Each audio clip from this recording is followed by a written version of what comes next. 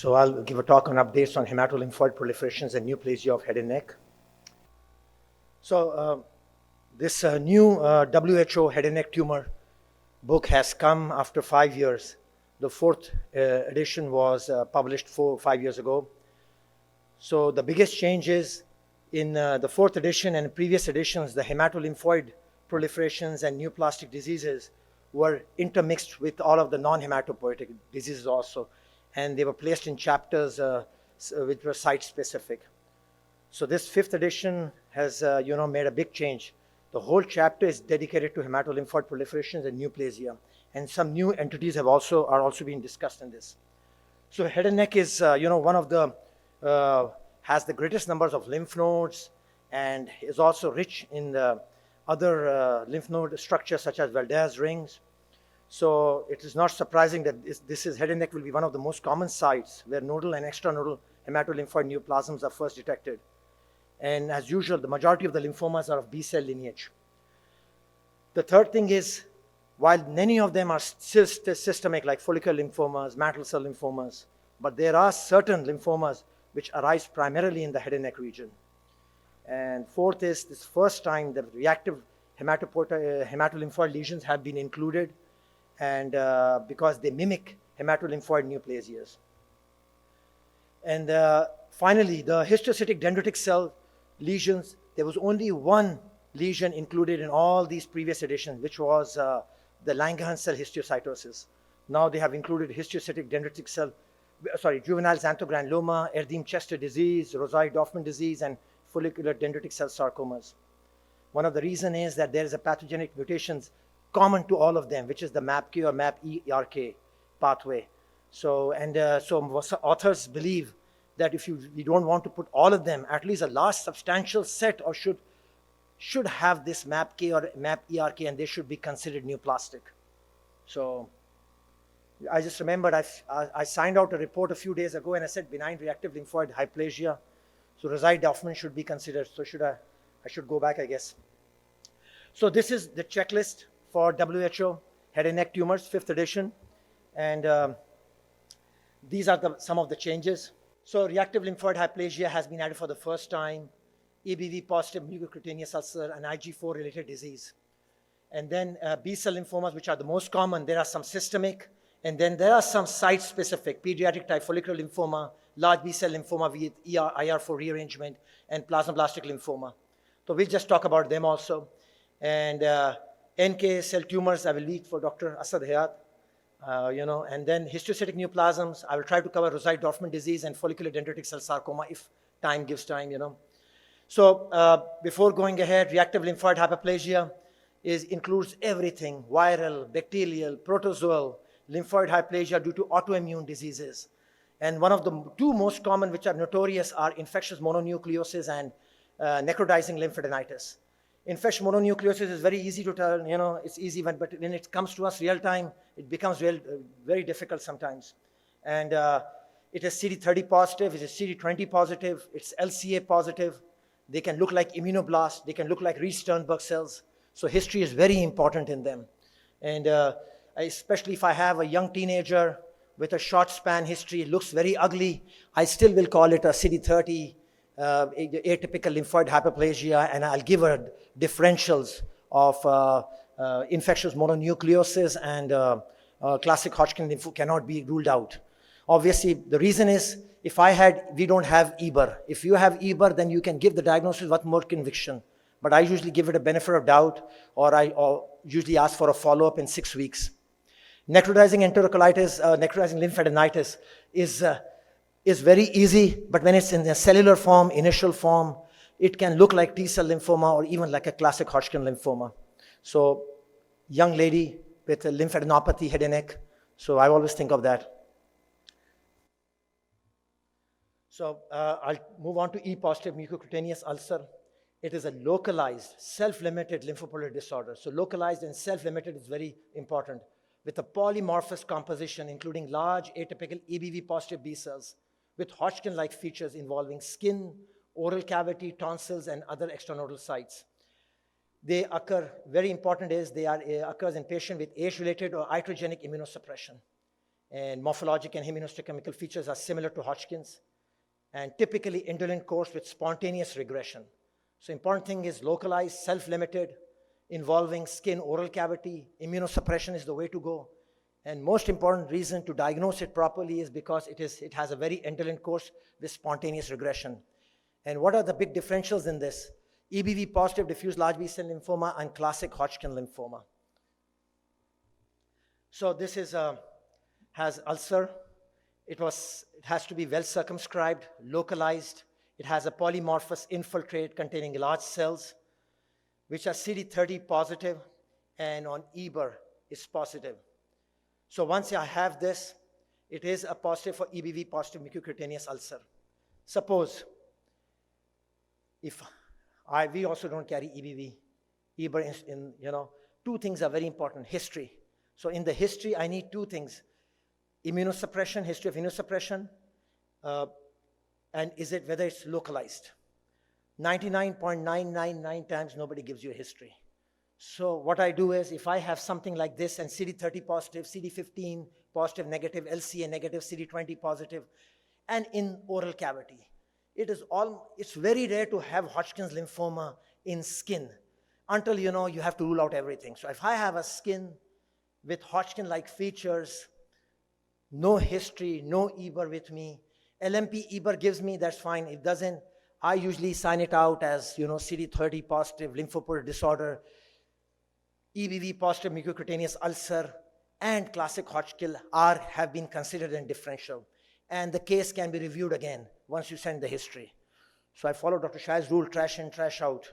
So if the clinician comes back to me and tells me this patient is on he has immunosuppression, is on immunosuppressive drugs, I'll give an addendum, and I'll make it EBV positive mucocutaneous. If they say somehow this patient has extensive lymphadenopathy, this cannot happen in EBV positive mucocutaneous ulcer.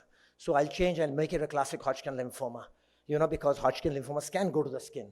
So, but that's very important. The reason being, 2-3 things again: localized, it has to be well circumscribed, and EBER has to be present, and a history of immunosuppression.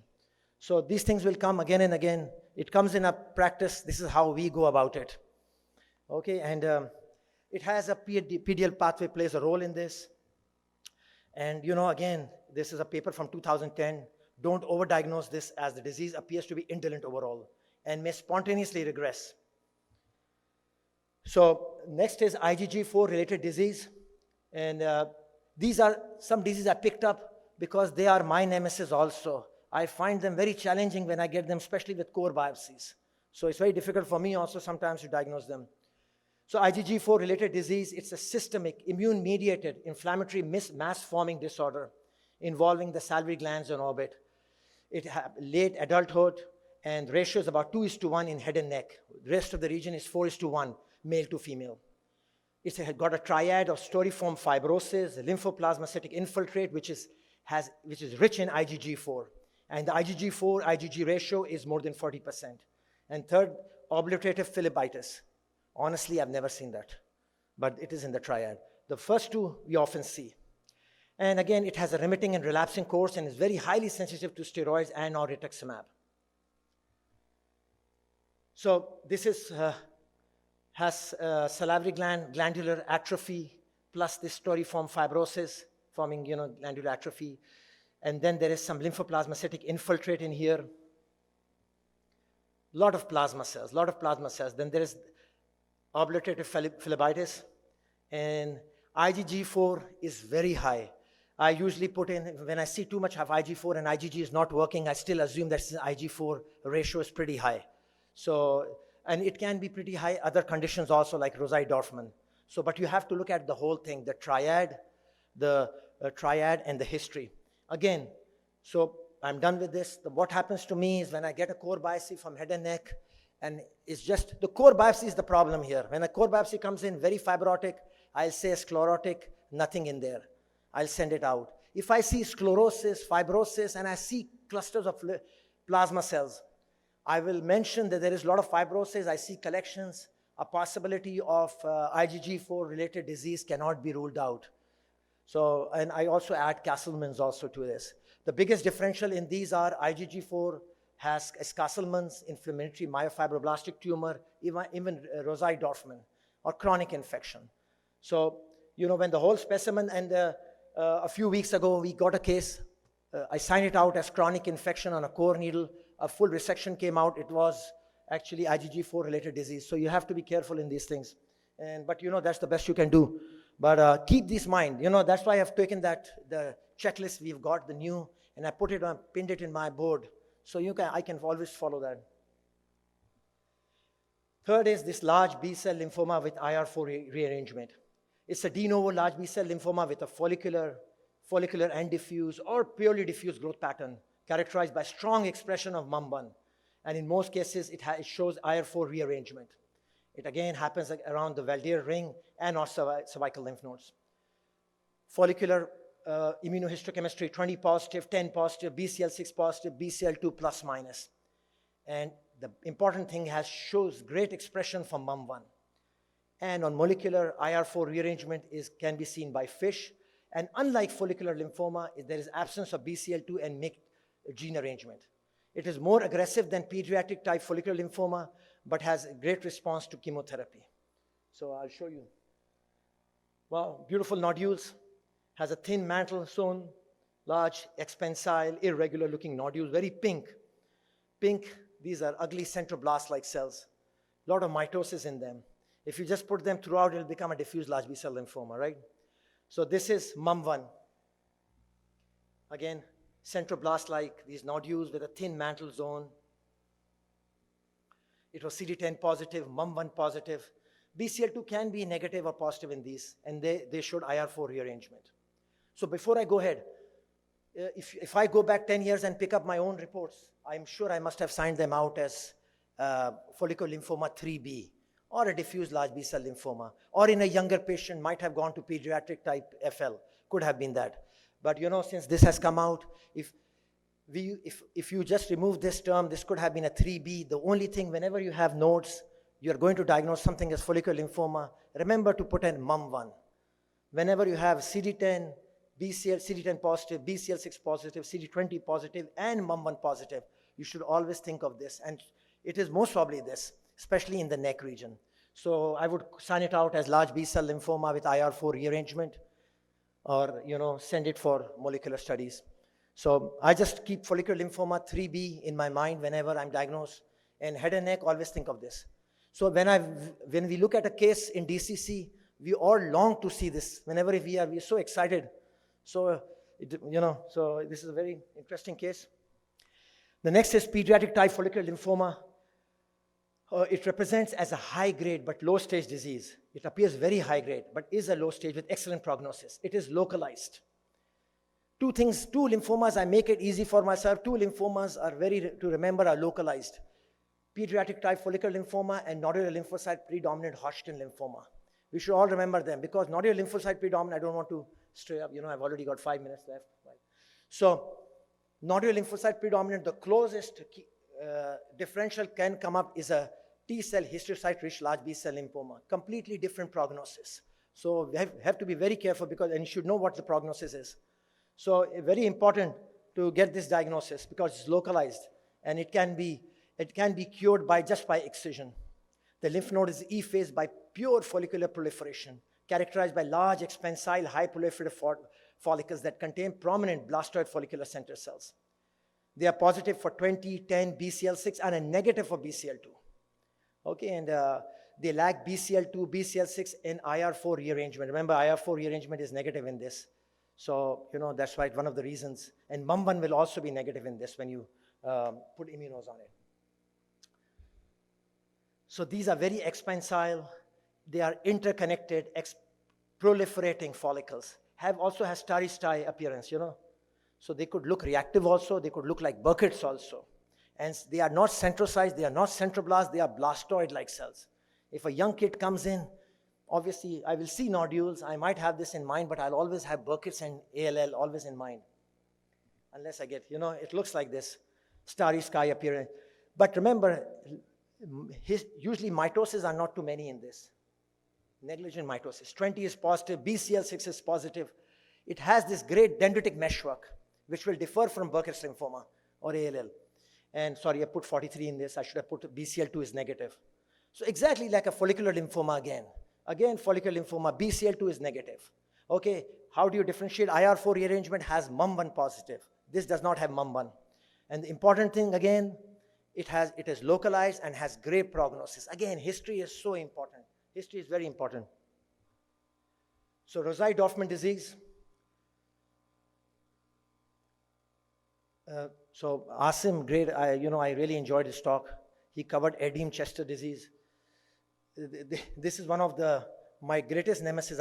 Sometimes I have so many difficulties. I'll show you one or two cases on this.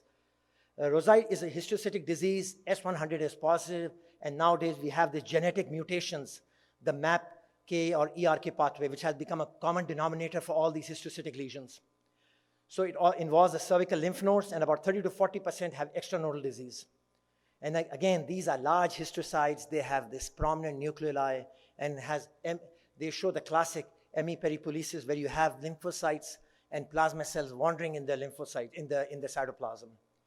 And most patients have asymptomatic disease. And about 50% undergo complete resolution. And what is believed, if these patients relapse or there's recurrence, sometimes they have to use MAPK inhibitors, which is very effective in those patients. So again, nasal, and then you have this lymphohistiocytic lesion here, a lot of lymphocytes. They have these prominent nucleoli, pretty large, abundant cytoplasm, and then you have these lymphocytes wandering in them. They are S100 positive. The S100 is not, I don't like what it highlights. It highlights the lymphocytes. It shows that it's like LCA negative in Hodgkin's. So that's what I like about S100. So that's what, and obviously I do CD1A because you have to have Langerhans cell histiocytosis in mind. This is a quick subcutaneous nodules in the head and neck region. Again, they had these lymphoid follicles which can be seen, some fibrosis. So IgG4 related disease always in my differential. And then you start seeing these foamy histiocytes. So extranodal this is where I also go wrong sometimes. Sometimes you won't even see hemiperipolysis. So it becomes very difficult. But if you are in the head and neck, always think of this. So there might be, you can hallucinate with me. You can make me happy by looking at these. But it's very difficult. I made it easy for myself. And in this case, one of the lesions had all this. So it became easy to diagnose. Another case. This is another from extranodal. Again, sometimes they are spindly. Almost there'll be no hemiperipolysis. So if you get a core biopsy, you can easily sign it out as chronic infection or fibrohistiocytic lesion. And but nowadays I always do S100, CD1A is negative. And to make life easy for myself, we have an abstract which is going this year. Nasir is going to present it. And what we found out of 23 cases of Rosai-Dorfman, 23 out of 23 express cyclin D1. So now life has become easy. We'll be using cyclin D1 out there. So anytime you have a fibrohistiocytic lesion, always have IG4 related disease in it. Rosai-Dorfman comes in. Okay, so this is something, even if I don't think it is, but I still put in S100. It's so deceiving. So this is a 22-year-old, and I'm almost done with time, parotid mass. This will be my last case. Thank you, Nasir, for giving this case to me. And this was a patient, again, looks like a bada fibrohistiocytic lesion, has these benign-looking cells in there, pale cytoplasm, and then you have these lymphocytes in there. Again, bland-looking cells, round, irregular, prominent nucleoli, and then you have these lymphocytes sprinkled in it, or they could be hemiperipolysis. So, any guesses? Again. Sorry? Wow, who said that? So this doesn't look like Rosai-Dorfman? So that's correct, actually. So epithelioid, but remember, when you look at it, everything can be deceiving. So I'm just making it easy. This what follicular dendritic cell sarcoma usually looks like. Great. That's why I picked up this case also. So this is from the tonsil. Great whirling, storiform patterns, sprinkling of lymphocytes. So this is what I usually like to see. but sometimes you have these epithelioid-like variants also. And this was CD21 positive. So this was a follicular dendritic cell sarcoma, which I wasn't going to show you, but when I was making Rosai-Dorfman, this looks so much like that, so I brought that case in as an unknown. So we had a case of, sorry, this is my last slide, extranodal follicular dendritic cell sarcoma. Usually, follicular dendritic cell sarcomas are usually found in GI. If they are found in the head and neck, they are usually nodal. But if they are extranodal, they can look like a low-grade spindle cell lesion.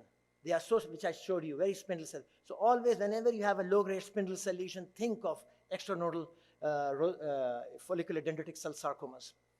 And so CD21, 23 are positive in this, and they can have an aggressive behavior if they are greater than 5 centimeters with a high mitotic rate. And I won't take much of your time. There was another great case of plasmablastic lymphoma, but maybe. So thank you.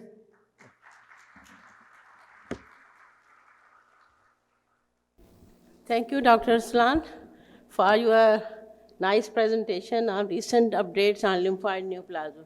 Now I will call my second presenter, that is Dr. Asad Hayat from Shokat Khanam Hospital. He will talk on T-cell lymphomas. Thank you to the organizers for giving me this opportunity. And, oops, that's me instead of the slide. Sure. So we, obviously in 20 minutes, we can only scratch the surface of T-cell lymphoma. So I just want to give you what is the approach. So definitely, we see a lot more Hodgkin's and B-cell lymphomas. That's the pitfall. Most lymphomas you see, the first thing you think about is this is Hodgkin's or this is a B-cell lymphoma. So quite a heterogeneous group, and they're frequently quite clinically aggressive. That's the other thing. I think Dr. Arslan showed us some really nice cases that look aggressive but behave in a benign fashion. These ones, they may look like Hodgkin's or they may look like nodal lymphoma at all, and they usually behave quite aggressively. So again, I think as Dr. Arslan mentioned, getting a history is very important. And frequently we don't have a history. And T-cell lymphomas are very unlikely to occur with a history of a few weeks or a few months with the localized adenopathy and nothing else. So most of these lymphomas will have a longer history. They will have constitutional symptoms, fever, weight loss, etc. Skin lesions may be there, hepatosplenomegaly may be there. So I think in most cases, we do try and contact the patient or the doctor to get some history. And if you can get a history, it's good. If not, sometimes you may hold back on the diagnosis and give it as atypical. And I think what Dr. Aslan did was good, that issue an addendum when they give you a complete history as well. So they can be nodal, they can be extranodal. So you can have involvement of the GI, of the skin, of the CNS, liver, spleen involvement is quite common. And the other thing important is age. Younger age, you do not get a lot of T-cell lymphomas. Mostly in pediatric age, you get ALCLs, and obviously immature lymphomas, lymphoblastic T-cells. Most of the other T-cell lymphomas are quite uncommon in the pediatric age group. So if you are inclined to diagnose a T-cell lymphoma in someone very young, think 2 or 3 times and make sure that you're not making an overdiagnosis. So like anything, it's a combination of cytomorphology and immunophenotype. So what are the common kinds we see? I think far and away the most common type of T-cell lymphoma from the mature type is, I think, nodal T follicular helper cell lymphomas are the most common. In fact, this week alone, I think, maybe because of this talk, I came across about 3 or 4 cases. In fact, one of them was a second opinion case, and it was diagnosed as Hodgkin's with immunos. So immunos had been done, but it was diagnosed as Hodgkin's. So that is a known pitfall, and we'll talk about that. ALCL definitely comes across. And NKT cell lymphoma, since Dr. Aslan left that to me, so that's important thing. Whenever you have something in the nasal region or upper aerodigestive tract, something that has necrosis and inflammation, then always think about getting a CD3 on it, a CD56 on it, and I think we're lucky we have EBER. So far, it hasn't been rationed. We are allowed to do it as much as we want, but so I think that is a very invaluable stain to have. So that will pick up a lot of cases that initially didn't look like lymphoma, and especially if you have an angiocentric, angiodestructive pattern with extensive necrosis. I think before you think of anything else, in the head and neck region, do a CD3, do a 56, and if you have EBER, do that as well.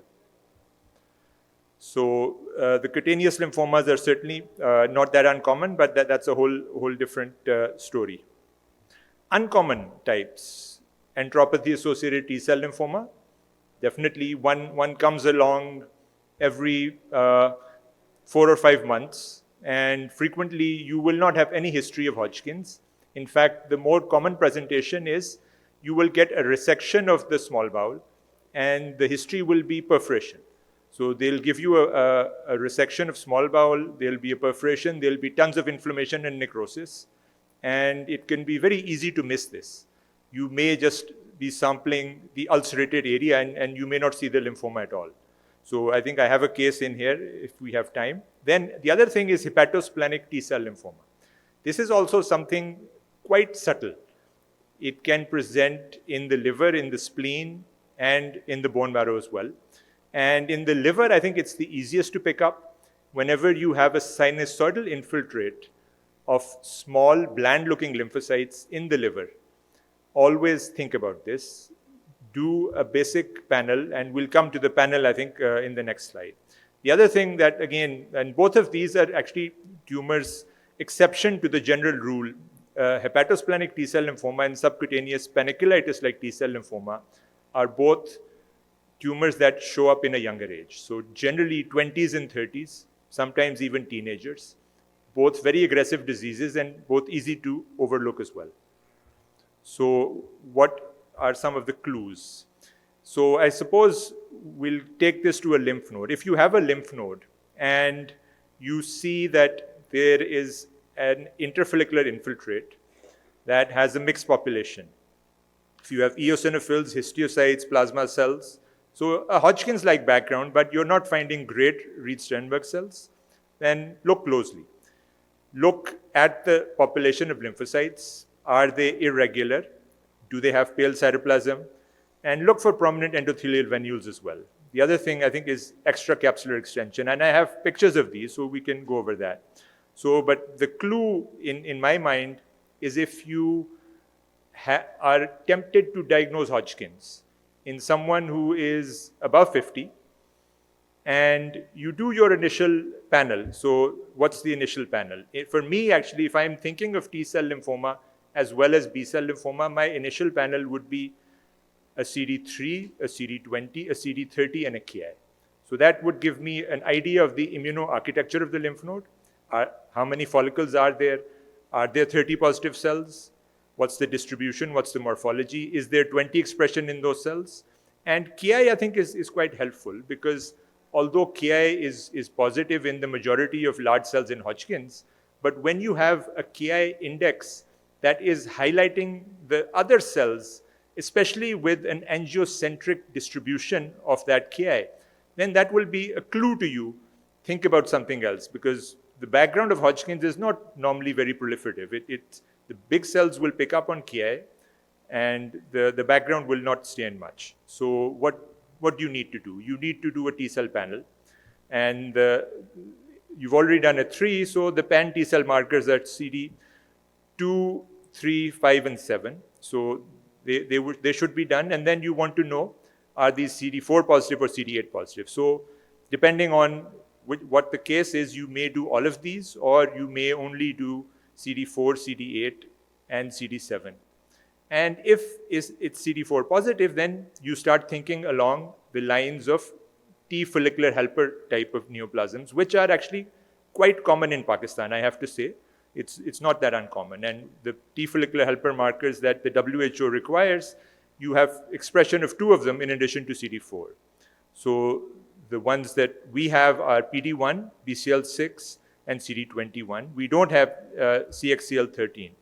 The other helpful marker to evaluate these cases is a dendritic marker, CD21, then I'll show you that as well. And the other thing is if CD4 is not positive, if this is positive for CD8, or if it's negative for both of these markers, 4 and 8 both, then you will start thinking about NK cell neoplasms. You will start, depending on the site, if it's in the GI, you'll start thinking about enteropathy-associated T-cell lymphoma. And NK T-cell lymphoma, we have seen occurring primarily in the GI tract, in the CNS, in the skin as well. So in that case, again, the 56 and EBER become your friends, but it's all context. 56 is positive in a number of T-cell lymphomas, not only NK T-cell. If there's loss of CD5, that's helpful because 5 is frequently lost in NK cell lymphomas, but it's also lost in enteropathy-associated T-cell. And then the cytotoxic marker, granzyme, perforin, and sometimes even lysozyme or muramidase can be helpful in some of these cases as well. So this is actually a composite of lots of cases of angioimmunoblastic, and what I want to try and show you here is the polymorphism. If you can appreciate that there's a population of sort of angulated cells. There's not striking atypia. You can see some pink, and a higher power of the same, you can appreciate that you can see plasma cells, you can see histiocytes.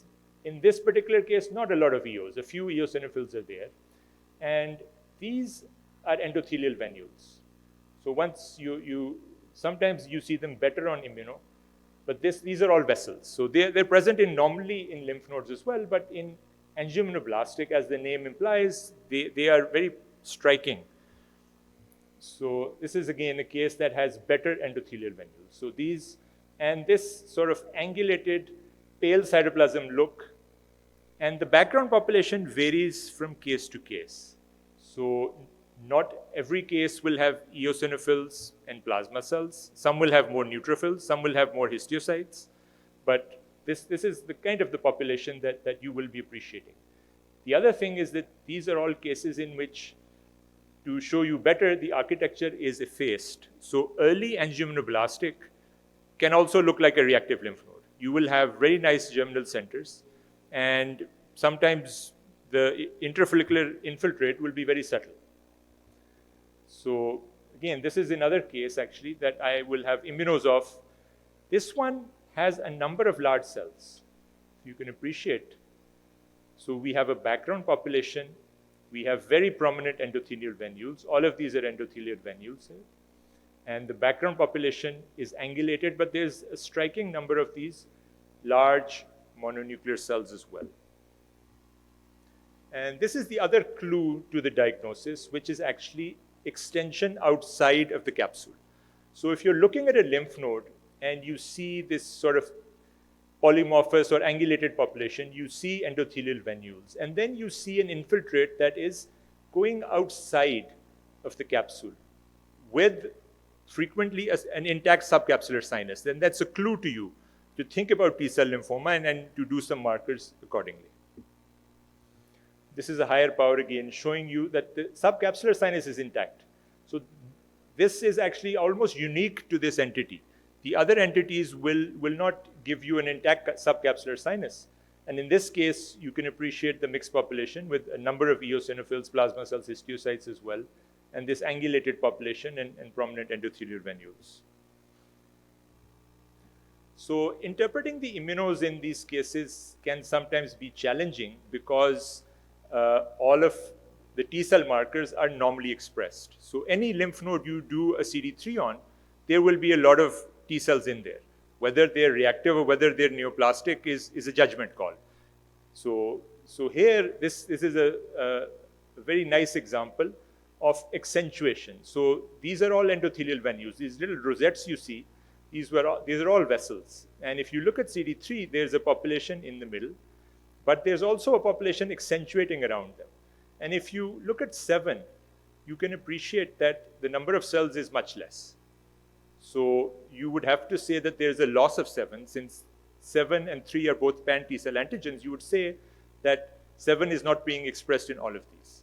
And the most common loss that you see in angioimmunoblastic type of T follicular helper cell lymphoma is loss of 7, although you may not have loss of any of the pan T cell antigens. And this is CD4. So again, CD4 looks strikingly what CD3 looked like. And you can again see these little clusters of cells around the endothelial venules. This is KI. KI again is, you see the hot spots. So if you were just looking at a KI otherwise, and outside of the germinal centers, you started seeing little hot spots of KI around the vessels, that would be a clue to you to think about a T cell lymphoma as well, because normally you don't see this type of pattern in a normal reactive lymph node. And this is PD1. PD1, again, like all the markers, it can have background staining. In this particular case, it was very striking, and you can appreciate the angiocentricity around the endothelial venules. So between the three markers, I think PD1 frequently stains the best, but also has the highest background. And CD10, I think, is the weakest, and BCL6, I think, frequently stains quite well as well. And this is the other thing, CD21. Here, these are your endothelial venules, these negative staining areas.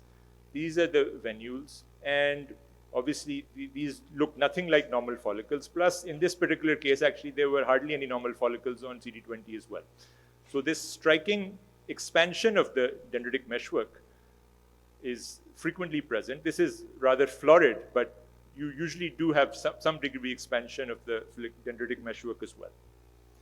And this was a case that I think we recently signed out that I thought was a bit interesting, because they described that the expression of CD30 and CD20 is present in background immunoblasts. In fact, it's thought that one of the driver forces in some of these cases is an EBV infection that's actually not infecting the T cells, but is infecting the B cells.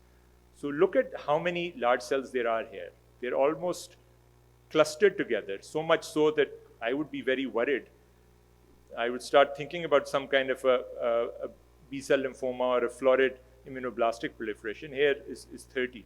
But normally you see immunoblasts, but they're not so numerous and so clustered.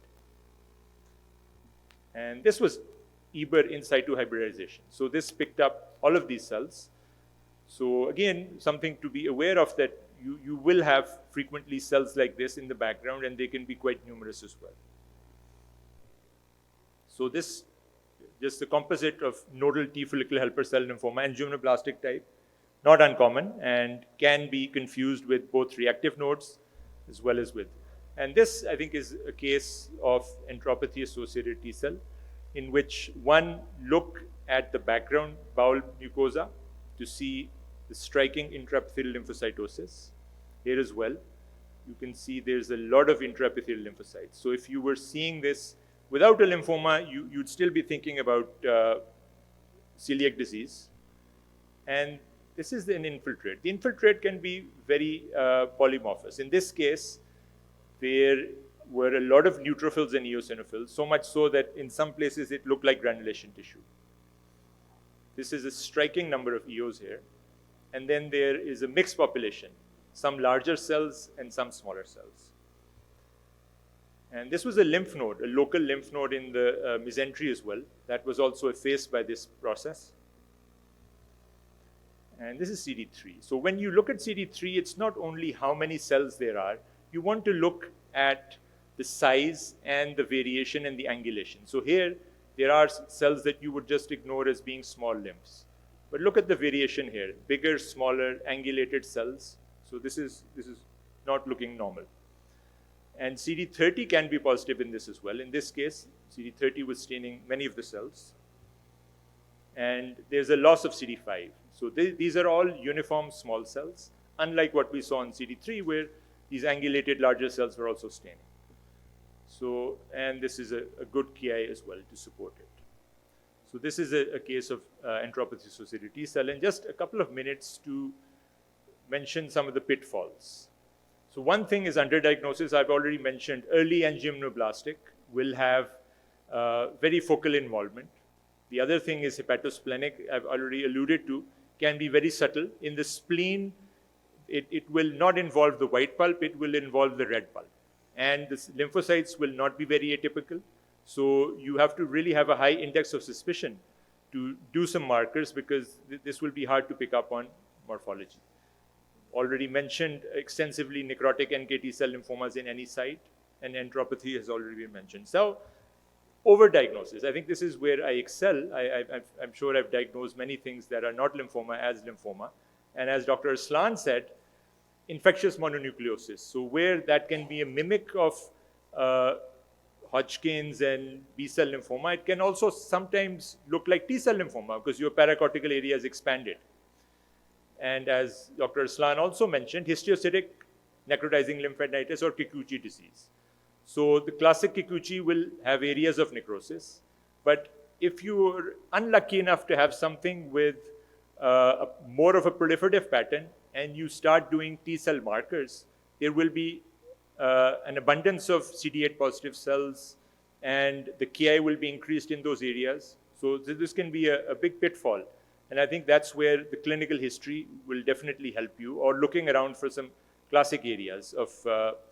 And the other thing that I think as histopathologists we don't come across a lot is this entity called autoimmune lymphoproliferative syndrome, or ALPS. So this, in my opinion, has been one of the biggest pitfalls. At least at Shaukat Hanum, we've diagnosed several of these cases as T-cell lymphoma, and they were all pediatric or young adults. And the other problem is these patients present with significant lymphadenopathy. It is normally waxing waning, but a couple of our cases were even sent abroad and they finally diagnosed it. So now we have a higher index of suspicion of this. So what's the clue? The clue is if you have a T-cell expansion, and when you do your markers, it's negative. A lot of cells are negative for both CD4 and CD8. So ALPS is basically an autoimmune process in which there is a mutation in the FAS ligand gene. And these patients do have an increased risk of lymphoma, but not of T-cell lymphoma. They have an increased risk of Hodgkin's and some B-cell lymphomas. So if you find increased double negative cells, then you will either suggest genetic testing, which as far as I'm aware may not be available in Pakistan. But what you can suggest is flow cytometry on the peripheral blood.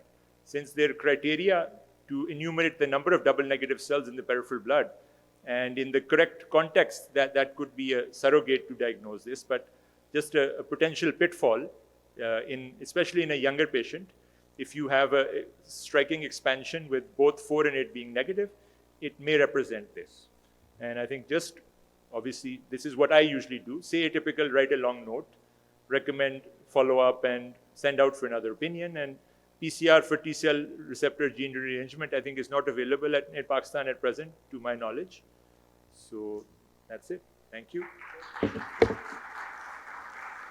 Thank you, Dr. Asad Hayat, for a very nice presentation on diagnosis of T-cell lymphoma. With this, we finish this session. Now, I will request Co-Chair Brigadier Dr. Nadeem Zafar for distributing the shield to the presenters, please.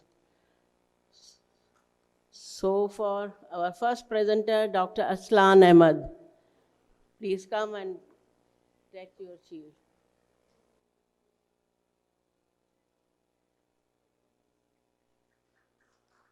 Next presenter, Dr. Asad Hayat, please.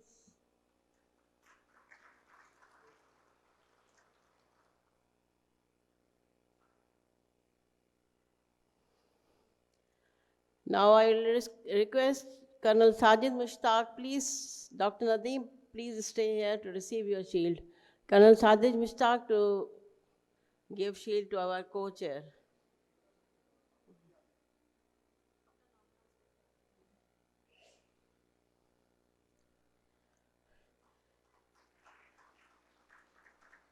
Now a shield for moderator, Dr. Farzana Mehman.